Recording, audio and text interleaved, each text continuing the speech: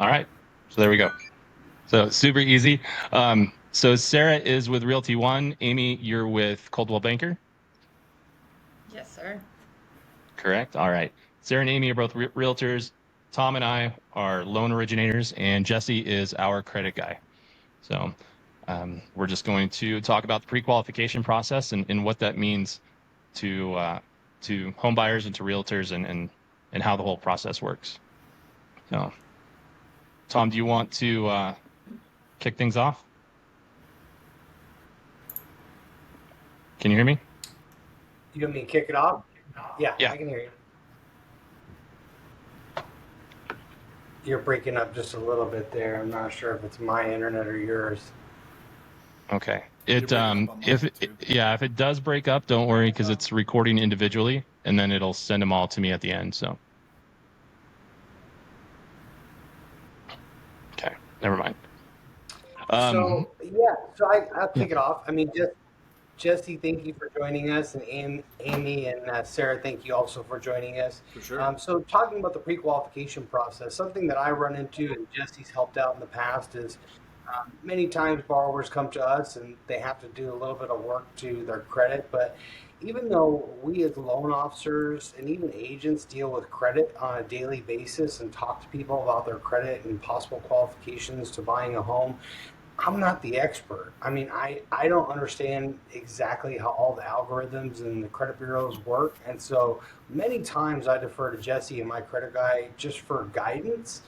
Maybe they're not an ideal client for credit repair, but maybe there's some simple things that they can do or just get some guidance on what's realistic about improving their credit, right? Many people think, oh, I read this on the internet, or Joe Blow law firm told me for X amount of dollars they can get my credit to 700 tomorrow.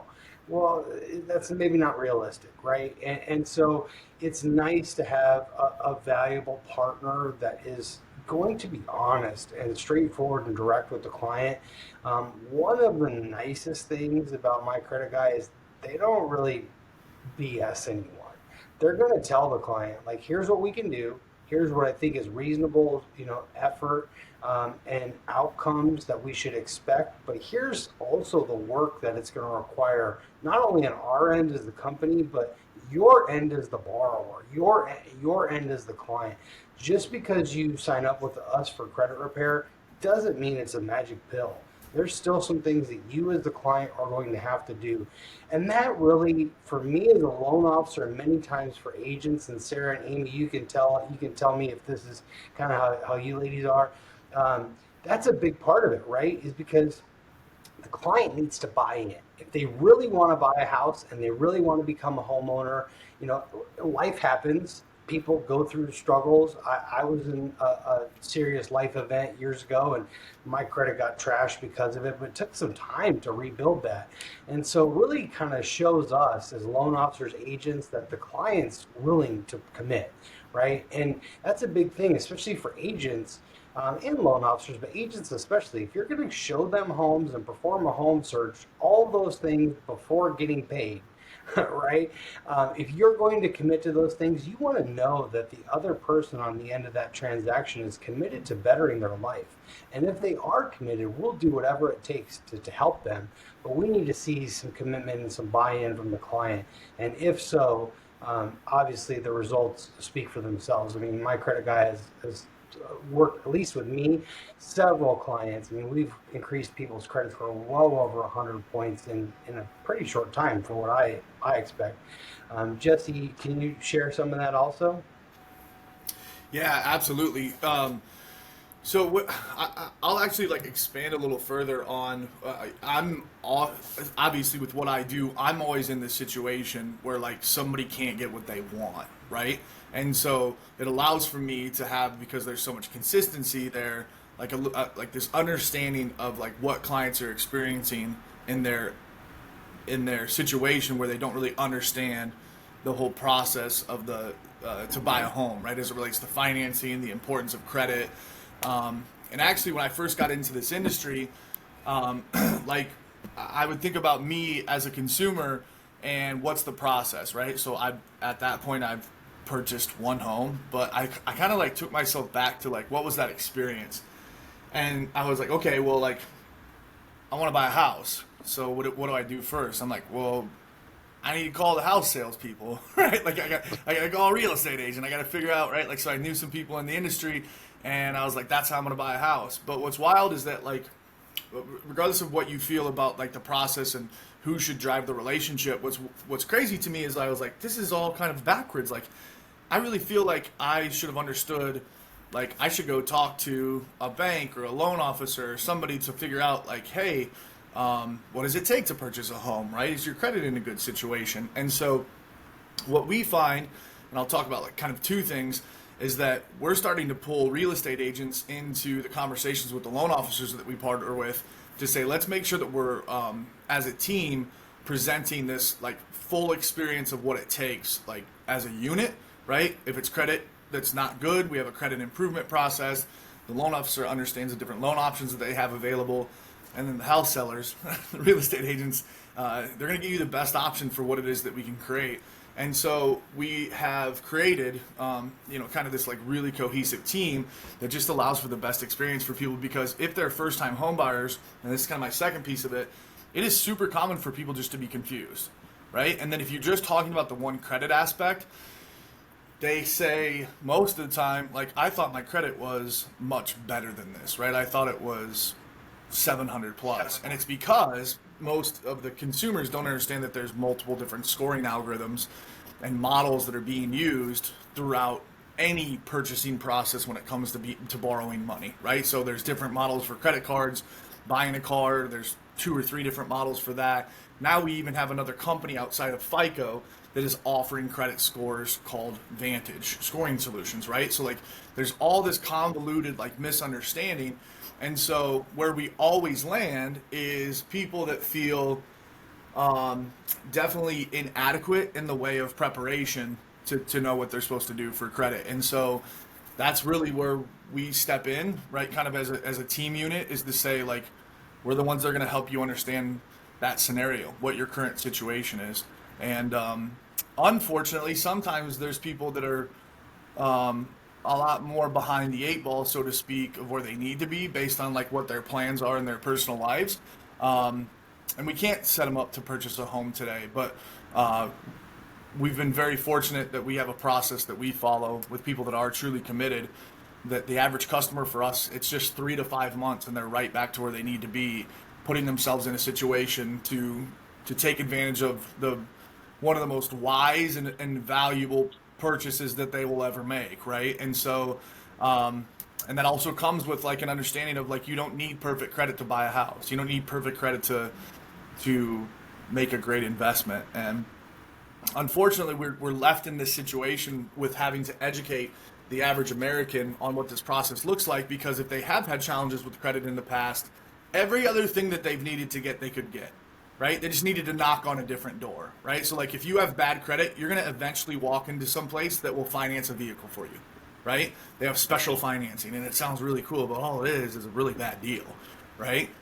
You're going to end up with a credit card, right? Like there's really not many times that, except for when it comes to purchasing a home, where the process just completely stops. So this is where it's a little unique. And even to like sit and talk as a team, like on this, as this is being recorded, this unit is just like so much stronger and so much more valuable for the average consumer to say, I don't just need a real estate agent, I don't just need a loan officer, I need a consultant for credit, because those 3 things together make for this to be a really good experience. From my Jesse, perspective, before we as realtors can even write an offer, we have to have a pre-qualification or pre-approval. So for me, I actually try and get that before I even show the homes, because if I think that somebody is in a certain price point and I'm showing them homes in that particular price point, and then we have to come to a halt because there's something on their credit that is stopping them, that becomes an issue, because we've already looked at homes, they've already fallen in love with these homes, and then either it's a price point that's different, or it's a time where, they've fallen in love with this home and we have to wait the 3 to 5 months or however long it is for the credit repair. And that's going to be something that's going to, alter the plan. So right off the bat, before we even go looking at homes, I try to get them set up with a lender or something like that so that we can get some of these systems already in place so that they're aware. Yeah, I agree. I always tell people, we can't go shopping until we know what you can afford. Um, and I'll usually show like 1 to 3 homes maybe just to figure out the relationship with them to make sure we're going to get along. But yeah, it's so important. And I think, like you said, if they get their heart set on something and then they get disappointed because they can't move forward with that, it's so much better to set them up from the beginning with those expectations, because then if they're disappointed, it's going to be harder to get them over that hump. And I agree, having the team and the unit, as far as everyone having their back and kind of coaching them and cheering them on to get them past that finish line, um, it's so important for the whole process. Absolutely. You No, know, I know Amy and Sarah, you both said kind of, sorry to interrupt you, Tommy. You it's both okay. Go ahead. said kind of the key thing. It's not even it. You don't want them to fall in love with something and then find out like later that they can't get pre-qualified right now, or because of their current credit situation. Like that's kind of the most important thing, right? Is like you're focused on, we serve these families, and you don't want them to take the whole family and see all these homes and find one they fall in love with, and hey, guess what? It might be a couple months before you're actually in a position to buy, and so that's kind of the key thing. That, first of all, right there sets a professional who understands what we do is so much more than just a transaction. That sets you apart right there. And that's something that, my credit guy understands, and they focus on. They know who they serve. It is a business that they certainly understand, even though they're dealing with someone's credit. It's the people and family behind that credit that matters. Yeah, absolutely. And I know Tom and I have both had people that have gone through the process for over a year, I think, before we were able to actually get them approved. But once they get set up on the plan, and my credit guy has a counselor that'll work with them every single month and check in with them. And Val, on my part, I should have shut that off. And it's such an amazing process once you go through, working with somebody for a year and then finally be able to get them to, you know, in a position to buy a home. And it's just an amazing feeling. So, Jesse, what would you say is the difference between somebody that maybe you're working with long term versus somebody that maybe just has a couple different things that they have to clean up? Like, what does that look like from your guys' perspective? Yeah, I really love this question, and specifically in this time, it's coming up a lot more, right? It's very relevant, and I'll break this up into two parts, right? So when, and I'll actually say three, right? Because like long to me is when it's like 8+ months, right? Like we've taken some people that are just in a disaster and they know it, and that's fine, and there's no judgment there.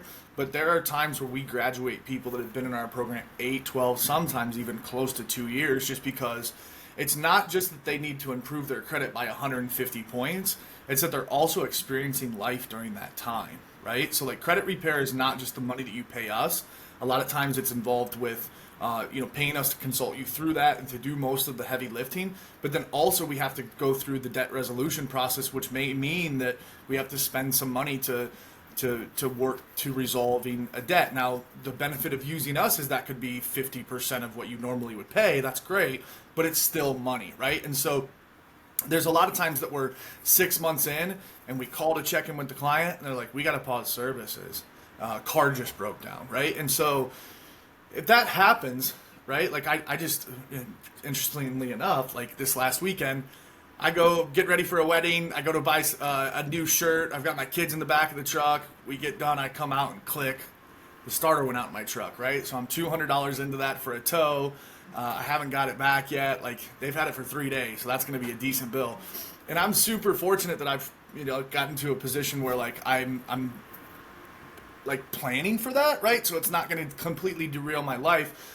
But there was a time in my life where that wasn't the case, right? And so if I was working towards fixing credit and then this life event happened, which is not like super dramatic. It's not like I, got hospitalized or anything like that, but it is like a hiccup in the process. For some people that we're working with, things are just so tight and they're working so hard that they need to take 2 to 3 months off just to catch up. And that's fine. And that's where that's where the partnership and the group and the team and the unit is so important, is because we're not giving up on them, right? Like, we're working to find out, there's a lot of times where we'll say, listen, like, thank you for sharing that detail. We're going to waive this month because we're making good progress, and let's not stop, right? So like sometimes we'll throw $100 credit on their account and we'll just continue on, right? And so, but there's also times that we need to pause, and that's fine. But that is the long category, right? The normal category would be like, most customers that come to us usually need like a 40 to 60 point swing, because they need to either qualify for more home than they currently are approved for based on the configuration of where their credit score is, right? Like, you guys know, Tommy and Tom, like, the difference of 20 and 40 points could be the fluctuation in rate, which can change the whole makeup and it could increase their buying power by 40 grand, right? Which could be the difference in the 2 or 3 houses that they're looking at that they like and the ones that they can't, right? But then sometimes it's just to get them to minimum qualifications so they can get the FHA category, and they can bump down to 3.5 down because that's how much money they have set up. I mean, like, you guys know, it's all like kind of a system of like, these numbers have to work together. So credit score is such an important part of that, because even if you have good credit, it doesn't mean that you're going to get exactly what you want, right? And so the third piece would be, so that good category is that 3 to 5 months. That's most of what we work on, right? Helping people get to a point where they can get qualified for a home loan. The next category is the one that's coming up as like the onesies or twosies, like you talk about, Tommy, like the short. We're running into that so much right now because it's not necessarily a part of the home buying process. It is sometimes, but we're kind of prepping for what a lot of people are thinking is going to be a kind of a season of the potential for a refi, right? And so when folks are prepping for, like, I closed at this percentage, now rates have gone down, I want to land here, and the loan officer's directing them to say that there's value there. In those categories, we're seeing that, like, there's a huge benefit in being 680 plus, 720, 740, 760, right? So in those categories, like, how much money they have access to, what that's going to cost them, right, for the rate that they get approved for, all of those variables. You have somebody that's making, like, a good financial decision, and when they say, oh, for a small amount of money to get consulted by this team at My Credit Guy for 30 to 60 days puts me in such a much stronger position. Those are happening a lot more right now. And in those situations, like, if somebody has 1 to 2 items, I mean, there's been times, and I don't even like to say this publicly, but there's been times where we've turned somebody back in 2 weeks, right? But I'm always like super conservative, because it's like we can never plan for that. But when it happens, it's like, this is awesome, right? Like, everybody's happy. We're talking 5-star Google reviews all around. It's amazing.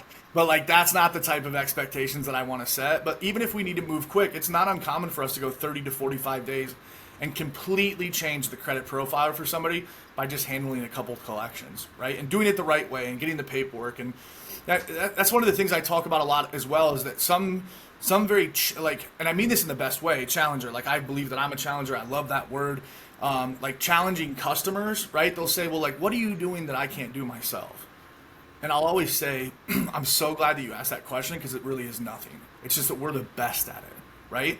So I compare it to, like, in the United States, you can represent yourself in court. And every once in a while I have for speeding tickets, but if I am wrongly convicted of murder, perhaps, I'm not showing up by myself, right? Like, I'm hiring the best legal team to say, like, you got to figure out how to get me off this, because I wasn't there.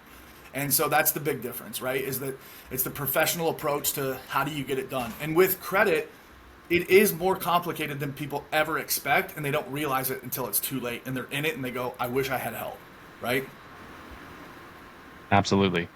And I think a lot of people with credit, sometimes they feel, ashamed when they shouldn't, and they don't want to talk it. They don't want to talk about it. They don't want to broach the subject. I had a friend the other day that's getting ready to lose her house, right? And she just couldn't bring herself to come in and talk to me about it. But now, we restructured some stuff. I'm getting her actually over to you guys today, and we're going to be able to save her house, and we're going to pay off some credit cards and some other things and restructure stuff. So I think when it comes to credit, I don't know, people just don't want to talk about it. All right.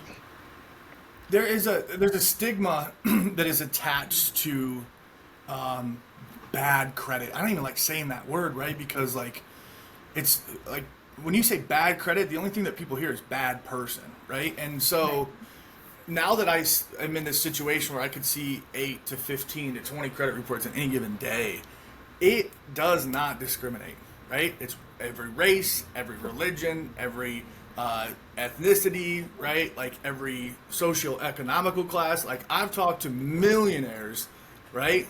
Like literally, I remember one of my first clients. Like he's running on. He was like, he literally told me, "I'm running on the beach right now, Jesse, for my morning workout." Right? Like he owned like 3 businesses, and he just exploded because he had this like it was a $77 Verizon collection that dropped his score 140 points. Right? Now that situation's a little unique, right? Because it's like he didn't really. It was more of like a technical type thing, but like it breaks all barriers, right? And so the one thing that I can say though is that people that have had maybe haven't had as much access to like good financial information or education, or like when they grew up, their family wasn't talking about finances and stuff like that. Like they just weren't awarded, you know, that luxury of understanding those things as they grew up. That's where that resides the most in shame. For sure. Because they feel inadequate, right? And so again, part of the reason that I love like this group is that I'm spending a lot of time talking with people like Sarah and Amy to say like, I want to help you frame up those conversations so that people can feel very welcome, right? And you guys are already kind of like, I'm sure have that like personality and approach to allow for that conversation to be comfortable. But the one thing that is consistent about any of the professions, in my personal opinion, that are here, loan officer, right, real estate agent, credit repair, for the people that are really good, they always tend to be somebody that loves to be a helper, right? And so like we're a really good spot for those people to land if we can peel back the layers of the onion and allow for them to be transparent about that, because then we can start breaking those barriers down. Yeah, I think like I have such a passion to help educate people and help them learn because I was the same way. You know, I was 20 years old and I needed a car, and I went to every single car lot and they all ran my credit 30 times and I couldn't get a car and I didn't know any better. And then obviously throughout my life, I've learned so much. And so then I'm like, okay, I want to like help other people learn that so that they're not in the same position. You know, like my daughter, she's 20 and she just bought her first house. And it's because her dad and I were able to teach her the right things from all the crappy things that we had made the mistakes. And so, and I love working with people like you, Jesse, and Tommy and Tom, because you have that same passion too, as far as like really having that goal to educate them to better their lives, because that's what it is. I mean, you're literally bettering the quality of their lives and the people around them.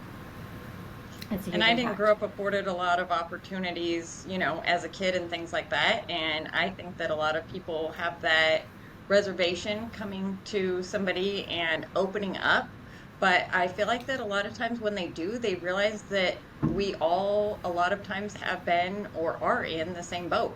I share with most of my clients, I had a bankruptcy when I was about 21 because I didn't understand credit. And I started co-signing for a bunch of my coworkers and friends on a bunch of different things, and they quit paying on them. So I ended up having a bankruptcy. And so I had to go through credit repair. I had to go through a lot of these different things.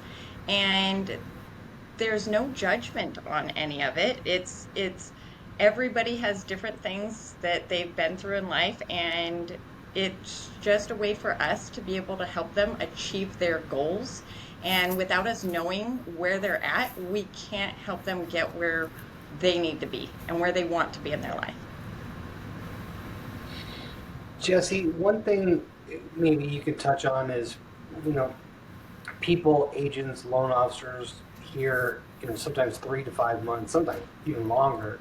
I've never had a client that's even longer with you guys, but can you talk about your follow-up process, not only with talk about the client first of all, but also the agents, loan officers, the partners involved on that team? Because I know if I'm a client and I'm going to sign up for credit repair, the last thing that I want to do is sign up with you guys, have you guys working for me, and me be blindfolded and not know what's going on. And do I have to just have to sit here for 5 months and hope they're going to get this figured out for me, right? Can you talk about how you guys handle that, the follow-up and the whole process? Yeah, so when Sam and Trisha started this business, there were some very like iconic pillars of what they said that they're going to have non-negotiables on, right? Like they wanted to be different in the industry. Our business has been in place for 10 plus years now, right? Like wildly successful in the space of partnering with loan officers and real estate agents, and it's because of some of the things that they put in as it relates to the foundation. One of those was an unbelievable communication and relentless follow-up, right? Because that's where we feel accountable, right? And so what you'll experience is that the client is going to have very clear communication as to what their expectations are. We're going to have very clear communication on what the results are on in a timely manner, right? So like when you refer a customer to us as a professional, you're going to know when we call them, when we connect with them, what we discussed, when they sign up, right? And so some people are like, man, this is overkill. And I'm like, you can figure out a way to like schedule where your client's information goes so that it's not always in front of your face if you feel like it's too much. Too little is where problems happen, right? I mean, I've learned this through, if you guys know, he's very well known in our industry. His name's Rene Rodriguez. He just recently, in the last year, wrote a book. But one of the things that he talks about a lot is that if you don't communicate appropriately, it creates narrative gaps. And narrative gaps naturally by people are just filled usually with something that's negative, right? It's kind of like a really thorough version of the game of telephone. And so when the communication is not left clear, it usually ends in a place of like, this can't be good, right? And so for us, we maybe over communicate, you could call it at times, but it's very defined. So every monthly review that we do with the client, we build it, right? We coach that client, and then we send a recap of the results of both that call and what we did the first, second, or third month that they've been in service. And that email goes to the client directly, and we carbon copy the real estate agent and the loan officer. We do that for a lot of different reasons. One, just because it's good communication, but we also want to make sure that we're creating this like symbolism of like, this is a team. Like this is your team that's going to get you across the finish line to fix your credit, get it pre-approved, get into a home, and make sure that you love it, right? And then it's even more down the road too, right? So like Tommy brought up earlier that it's like, when we cross that finish line, when it takes like a year to get somebody a house, man, it's so rewarding, right? And like, I'm not going to judge anybody's age or the time that they've been in the industry, but it's really simple. Like I've done a lot of deals in my life, right? And there's only so much satisfaction that you can get with money changing hands. But when you can like truly change somebody's life, that's the thing that really gets you motivated, right? Like if you're the right type of person.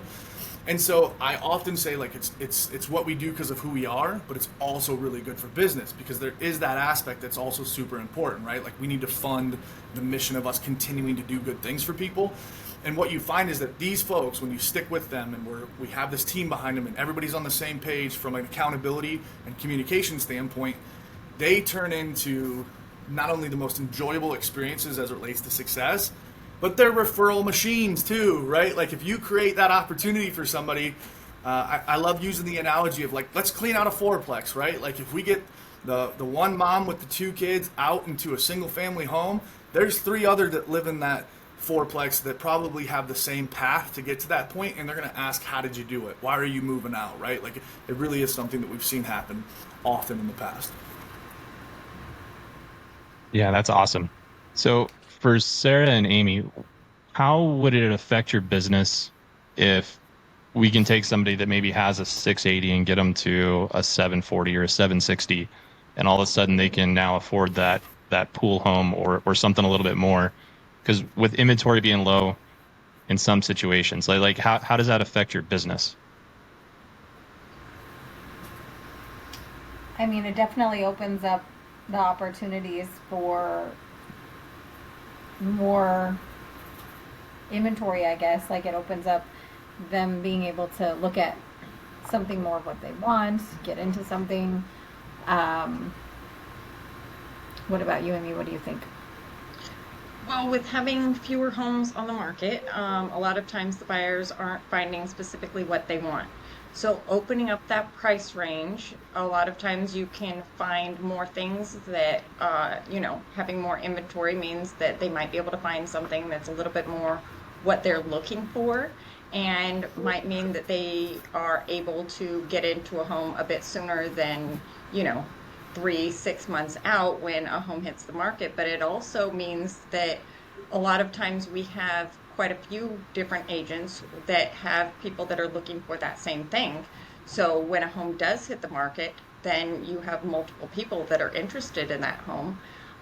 Expanding that search, maybe then you're able to look at a home that has already been on the market or something else to be able to negotiate on that home as well, instead of just waiting for something in that price range to hit the market and then having possible, competition on it too. Right. I have a question, Tommy. So, just because of the changes and stuff that they've made with credit, it seems like the people with better credit are not getting as the better interest rates. Is that accurate? Is that wrong? Yeah, I mean, it's funny because a lot of people think that there's just one interest rate that they qualify for, when really it's this massive, I don't know, there's 40 or 50 of them that they qualify for. So what a lot of people are looking at is what do I qualify for at no cost, right? So to say that there's somebody with better credits only isn't getting access to, or there's only one score isn't exactly accurate. So, unfortunately with advertising, there's a lot of stuff that comes across um, not in the right light. So that's why it's super important to have a solid consultation and have somebody that's not just going to say that you're pre-approved for $500,000 at this rate. Like, to say that, you're approved up to a certain amount, but it really depends on what your situation is and what you're trying to do. And it takes sitting down and having a solid conversation about that. Uh, what do you think, Tom? Yeah, so interest rates have been for the longest time that I can remember. I've dealt with credit for 25 years. Interest rates are based on risk. And so risk is certainly assessed by credit score, because credit score is a report card on your 7 to 10 year history of repayment and credit usage. And so Tommy's right. One of the biggest, I guess, misunderstandings is I love it when people ask me like, what's the rate today? And I'm like, oh my goodness, like what rate? Like there's millions of Common rates, question. because type of loan, down payment, type of home, location. But let's take one particular. Let's say Tommy wanted to buy a home, and I run Tommy's scenario. Tommy says 5% down, conventional loan. Here's my credit. I'm a 700 score. What's my interest rate? There's still per lender, and we're a broker. So we have 36 different lenders that I could potentially shop. Per lender is going to have 10 to 12 different interest rates. It's going to be a rate spread. And so what Tommy's saying is there's going to be lower interest rates on that table that require more discount points. And a discount point, if one discount point would be 1% of the loan amount, that's a percentage of the finance charge that's prepaid to lower the payment upfront. You're basically, the borrower's prepaying a small amount of their finance charge upfront. It's added to their closing costs. So when Tommy talks about people want the no cost version, many people want the lower uh, discount point option, or the no cost, no point option. And so it's misleading that people look only at interest rate, because if Tommy said, Tom, what would be my FHA interest rate? Well, it actually will be lower, but there's reasons behind that. FHA loans charge upfront mortgage insurance as well as the monthly mortgage insurance. So technically, the lower interest rate might cost more, because they're going to pay thousands of upfront mortgage insurance and the monthly mortgage insurance, percentage. So it's important to go into detail. So one of the things that I give customers options, and sometimes people think it's overkill. But first of all, when I send a customer a loan estimate, I do a loom video, where it shows my mug in the corner, but it also shows my screen, and I go over all the fees with them. But then I also give them more than one option. And I don't give them 12 options, but I start with three, like an A, B, C. maybe the first option is the 0 point option. Maybe the second option is a little bit of a discount point. Maybe the third option is no points. Maybe it's the lender giving them some credit to help pay some of their closing costs. But I use that as a starting point to just kind of get an idea of what are their buying motives. Sarah, Amy, you know this. We get many people who are like, you know what? I can afford a higher payment, but my cash is limited. We're moving cross country. We're moving from an apartment to a house. I've got 2 kids. I'm gonna have to buy extra furniture. I gotta pay for movers. Cash out of my pocket is the most important thing. I've got a veteran right now who actually, because of limited VA entitlement, he would be required, because he has an existing VA loan that he's not selling right now, to put about 12% down. He opted for a conventional loan, higher interest rate, higher payment, but it's only 5% down. So one of the reasons is he's about to get married. And so cash out of pocket, keeping cash in his bank is much more important than the actual monthly payment itself. But many people, we make a decision for clients, or like Jesse said, if we don't have the proper communication with our clients and truly understand what's your buying motive, like what are you focused on? I never want to make someone house poor. We certainly want to make sure that they can afford the payment that we're talking about. And that comes into play with veterans a lot, right? They can usually get qualified for maybe a lot more than they want to spend. So we want to have those discussions. We want to find out kind of what their hot button issues are. And like Sarah and Amy talked about, like truly understanding what's driving them, what's their main motives behind purchasing, you know, and something Sarah and Amy both said, like our history, like we don't all have perfect history, right? Like we've made some mistakes and some bad decisions and shopped too many car dealers before. So we give those examples to people, right? Yeah. And we want to make sure that we're not putting them in a bad situation. But that's also, in my opinion, if I'm a consumer, that's how I know I truly have something that's working for me and Right. not just a paycheck. Like that's like like if they're not concerned about me at all and they're just concerned with showing me houses, like that's a red flag. Yeah. Like that's not good. You know, and Amy and Sarah, you both said it too. If I'm talking about maybe having some credit concerns and they're just rushing to get me into look at houses, and that's what they're all focused on, they're not focused on, hey, maybe we've got to make sure, like, let's look and see what you're looking for. Let's see what type of house would fit your needs. Let's also make sure we can get you qualified. The other thing too, higher credit scores are easier approval. There's going to be less requirements or conditions with those approvals. Okay. Many times it's a faster close.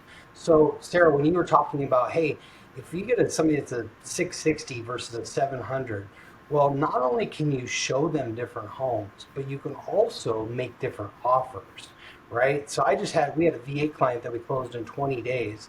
The listing agent was the owner. It was a flip. He wanted to hold out for a cash buyer.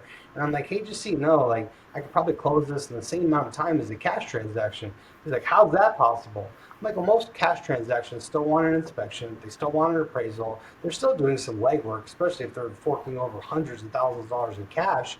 But really and truly, the way that we can efficiently do our loans, we can close in the same amount of time.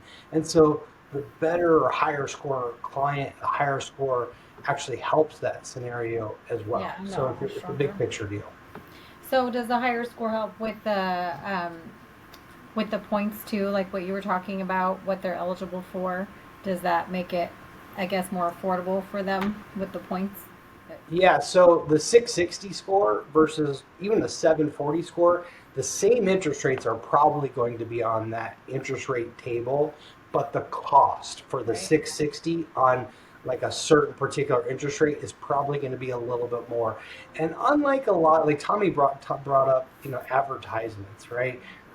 Lots of lenders they're like lost leaders. It's like going to buy an Escalade. Like, hey, I saw an advertisement for $399 a month for this Escalade. It's like $150,000. That's a great deal. Oh yeah, we didn't tell you it's a 6-year lease with 80,000 due at signing. Like we didn't tell you the fine print part. And so we, again, knowing customers' buying motives, knowing the market, knowing most clients will refinance down the road, again, making sure they can afford the payment, we typically don't encourage. We discourage most people from paying a lot in discount points because the time that it would take them to recoup that initial cash investment by paying those points, typically the time to recoup with the lower payment doesn't make a lot of sense. Now, none of us on this call have the crystal ball. I would love to say rates are going to get cut next month. Lots of talk about that. Already been some positive movement on rates, but honestly, we don't know for sure.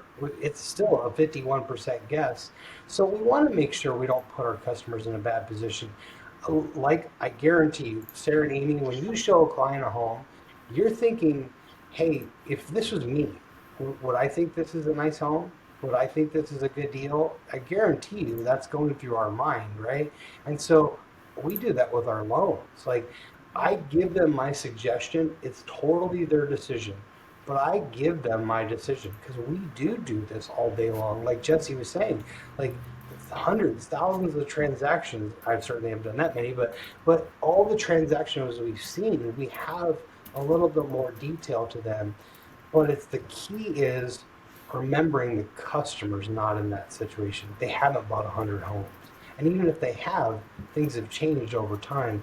So it's important to put ourselves in their situation. Perspective is important. For sure. Absolutely. Jesse, can you talk a little bit about the changes that are coming to how scores are calculated, the new Vantage stuff, and what that looks like? Yeah, so in a nutshell, I mean, there's really a lot, but this is the Reader's Digest version, which is enough to get your head going because this, even in a summarized version, is quite some change here. Okay, so 2018, Congress said we need to change credit scoring models. They need to be more inclusive, essentially, in a nutshell. Okay, Reader's Digest version big because, as you can imagine, when they change laws and rules and acts, like there's a lot of detail.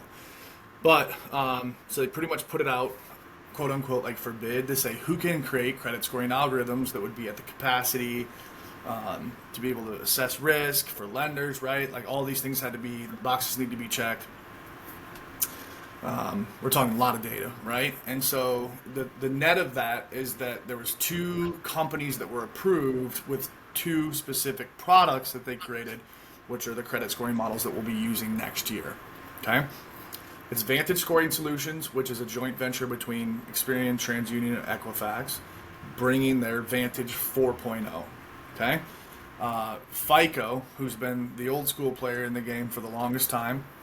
I mean, they pretty much made what a credit score is. They're just not the only one now, right? Vantage Scoring Solutions, I believe it was 2006. They created that JV, and here's where we are today. FICO came to the table with FICO 10T, and that T stands for trended. So to give you an idea of how much is changing, I think the easiest way to explain it is think about everything in our lives that has changed in the last 20 years. From how we do things, to what we know, to how we access information, to the things that are in our hands that are different than the things that were on our desks, right? Like, it's crazy to think from a technological standpoint how different things are than 20 years ago, right? Well, today, the 3 credit scores that we pull, the majority of those were created over 20 years ago. Okay? It's like they are that the rules and the algorithms and everything that is building a credit score has like so many things that are not included in it and how people live their lives today. Mm-hmm. So, an example would be cell phone bills, utility bills, rent, right? All of those things today. Sometimes we'll see accounts on a credit report that relate to those, but it's usually only when somebody defaults on them, right? Like we'll see a collection with the collection company because they defaulted on an AT&T bill, but we don't see the credit history related to the 3 years before they defaulted that showed that they paid their bill on time the entire time until something bad happened, right? So we're only getting the bad. Rental history. Right now today, I mean, you guys probably have heard the name Experian Boost, right? Like it's a product that's being marketed super aggressively by Experian, and that is their answer to self-reporting, right? So you have a cell phone bill, utility, rent, all that stuff, you can work through Experian Boost to get that information reported to your credit at the bureau level, and then it'll show up on your credit report, Okay. Interesting. So the problem is that just because you can get it to show up on your credit doesn't mean that it's going to factor in negatively or positively to the credit scoring algorithm, specifically the older ones. I mean, they're not even like the code doesn't even match up for that to be something, right? We're talking about some of those credit scores were made before like cell phones were even something everybody had, right? So now today, what we're going to experience, and unfortunately, just not a lot of people know that this change is happening. And the trended model means that it's going to go back 2 years specifically. Like it's going to go back, like when Tom says like the 7 to 10 year history, that's the general and how credit gets looked at. But there's going to be a hyper focus on the last 2 years, right, of behavior. And so unfortunately, if somebody today is kind of pinching pennies to get by, there's times when they say we got to let the light bill go a month because we know that they only shut it off at 90 days. Like I've known some poor people, I've lived around some poor people, I've been a little poor in my past, right? Like that's how people live, right? And so today they're like, okay, but this isn't going to affect my credit because it doesn't report to credit. As long as I don't like let it go to collections, I'm cool. It's not going to be the case, right? If you pay your cell phone bill late, if you pay your electricity bill late, it's going to show up, right? And if you do it today, it'll be on that credit report that shows up next year when we roll out these new models. So again, Vantage 4.0, FICO 10T, these are the changes that are happening. They also have a lot of specifics about how they're grading like collections and how they're addressed, and there's some specifics about like medical collections and how they're not going to impact your score as much. There's a lot of very specific things that come into play there. But the fundamentals of managing good credit are still there, right? If you take out a loan for something, pay it on time. Credit cards are important. Don't overuse them. Always make sure you're making your payments on time. And for the most part, if you follow those things, you're going to have great credit, right? Where the hiccup's going to come in is some of these things that people never expected to be reported to their credit are now going to start showing up.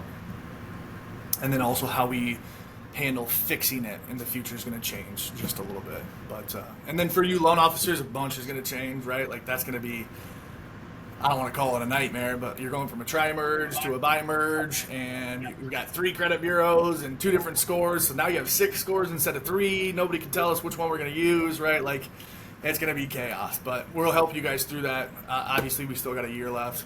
And who knows, they might push it back again. This thing was supposed to roll out last year, but like as anything happens from a government standpoint, like I want to be careful because we're recording this and I love the government, right, just to make sure, but like things are very involved. And once they start diving into it, they go, wait, there's a lot more here, right? So, and that's exactly what took place with this, is that people started to realize, wait, there's a lot more than just changing a report card or a grading system. This is a big, big deal.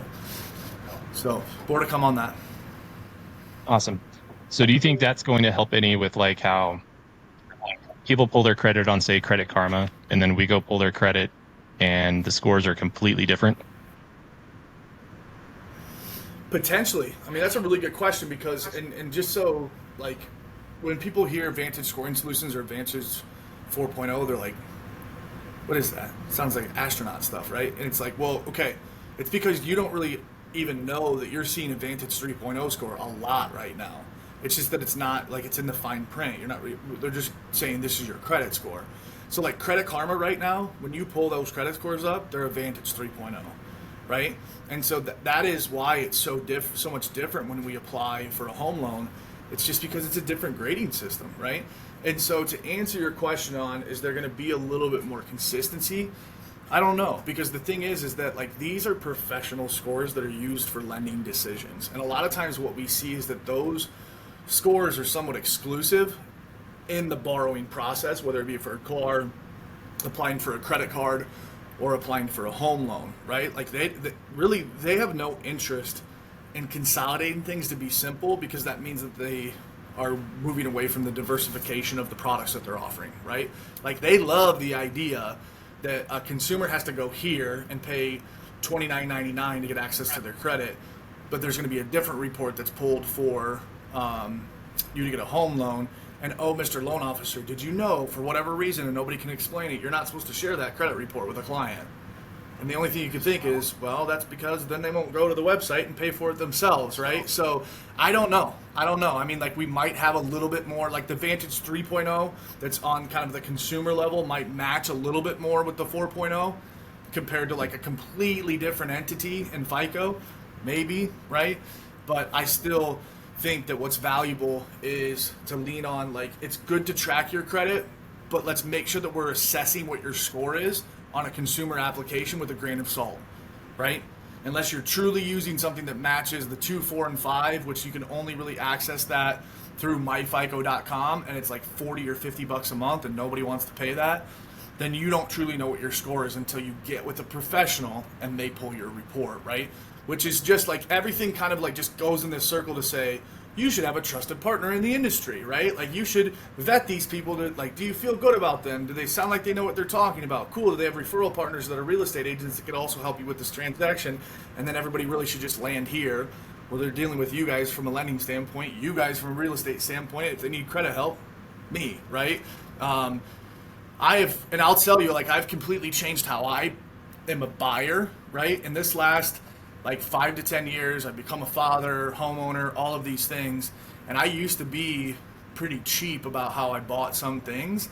Now I don't look at price that I do in some things, don't get me wrong. But like if there's somebody that can be the person that leads the way in me making a good decision on big purchases, I find the best professional and I say, you tell me what to do, right?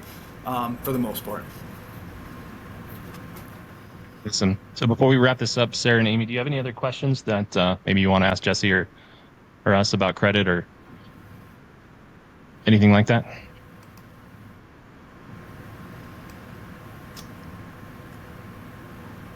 No? I think you pretty much When you covered guys everything that issue, I had.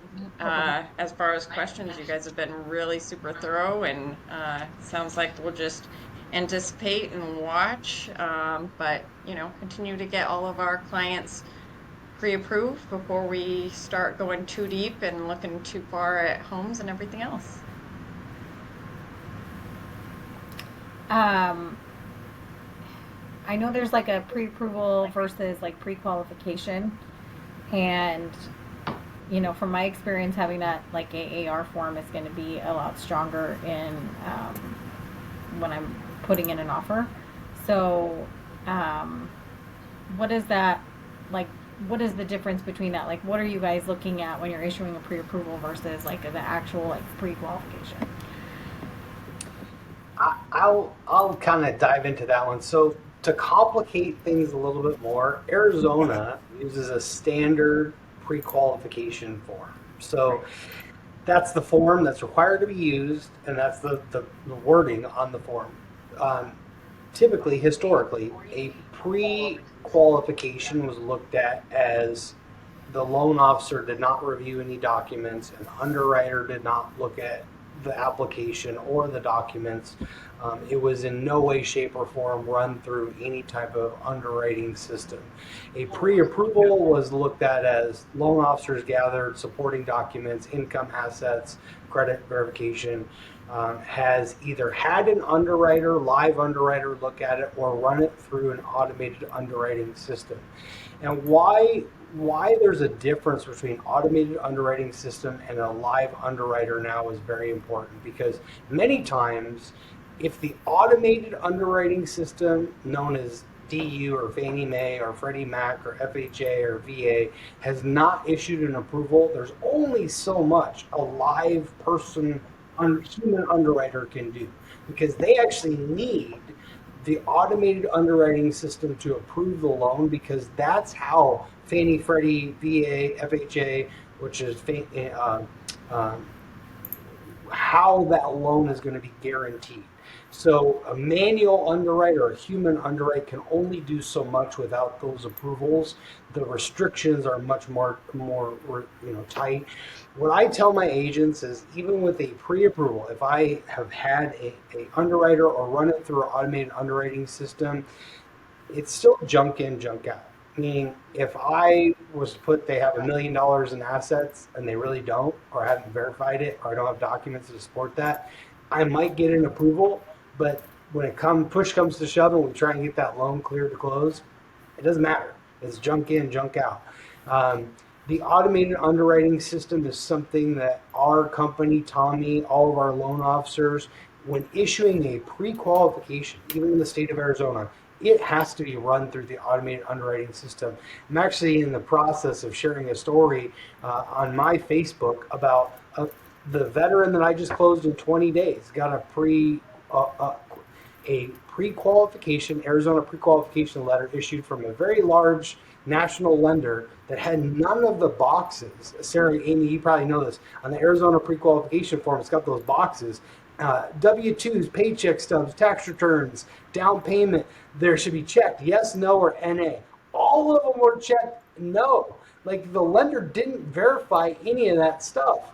And luckily, an agent that I work with, she was like, "Oh, this doesn't look good. This is not going to be good on our offer." Sometimes even people are skeptical of VA offers because they think that maybe the veteran doesn't have any cash or doesn't have good credit. And so, luckily, she referred them to me, and I asked the veteran, like, "Why didn't they check these off?" He goes, "They never even asked for those forms." And I'm like, it's such a disservice to our clients. And so this is a big reason why Tommy, myself, I teach all of our loan officers.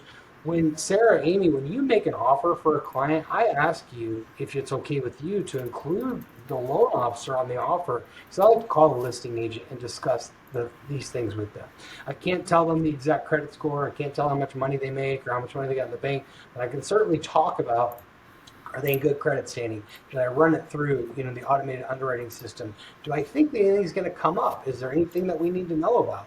In this particular case, the veteran was moving from Georgia back to Arizona, was going to start a job as a police officer, which he has plenty of history. He's been a police officer for a long time since leaving the military, but he would close on the home. He did close on the home before starting his job as a police officer. And like the VA guidelines are very specific about all contingencies on the job offer letter have to be met. Well, guess what? On a police officer, as a police officer, you got to go through a background check, a FBI very detailed background check, a drug test. There's lots of contingencies that have to be met. And if I can't prove those are met and cleared, the VA will not guarantee that loan. And so while sure, the borrower had great credit and was very well qualified, but there's a big sticking point. And so if I had run that through the automated underwriting system, it's not checking that employment letter. It doesn't know if those contingencies are met or not met. Even a live underwriter might say, yeah, this loan's approved, but those contingencies have to be met, and we won't fund this loan until they're met. And so there's lots of detail with that. I think this is where the human aspect, and I think AI is not going to take our jobs just yet, because if my client's making an offer and Sarah's the listing agent, I'm calling Sarah and I'm going to go over this application with you. I'm going to go over that pre-approval or pre-qualification with you. I'm going to explain what I've seen, what I haven't seen. And then Sarah is going to do her job, and she's going to go with her gut feeling whether she trusts that or doesn't trust that. She's probably going to look me up on Google, look at my reviews, look at my history, and then she's going to present that offer to her seller, but she can confidently say, hey, I spoke with the loan officer. Here's what I know. Here's what I know that he did. Here's what he signed off on. And so I think that's really where communication, right? It goes a long way. And I think us doing the best job possible for our clients, because the last thing I want to do, because if I do a good job, Sarah's an agent also, right? Like Sarah might not have the best loan officer. And Sarah is dealing with a family also that's trying to sell a home. And so she has to do what's best for her clients. And she has to go to her clients and present that offer, but she has to do her due diligence on researching that offer. And so lot of disparity with those terms. Arizona is kind of limited because the form says pre-qualification, but that doesn't mean that I just issue it without actually reviewing those documents. And that's why those check marks are on that form, to make sure we've done our due diligence, because we're legally liable for that. I've had clients ask me, or listing agents ask me for a copy of the DU findings, which is the Fannie Mae approval. But I tell them, I'll send it to you. I'll block out the personal information. But just so you know, if I put they make $1 million a month, and they don't, they make minimum wage, and I put they have $10 million in the bank, and they don't, but I put that, what you see there doesn't answer all the questions. Like that could be junk. Listen, I want to thank everybody for doing this. And I don't know if it's still glitchy on your side, but it's going to, I'll get all the recordings later today, and then we'll cut it up and should be able to get that out to everybody, and you can use it however you want. So, but I appreciate you all, Nice. and thank you for coming. Thank you, everybody. Yeah. Thank you. Bye. Good to meet you guys. Have a good day.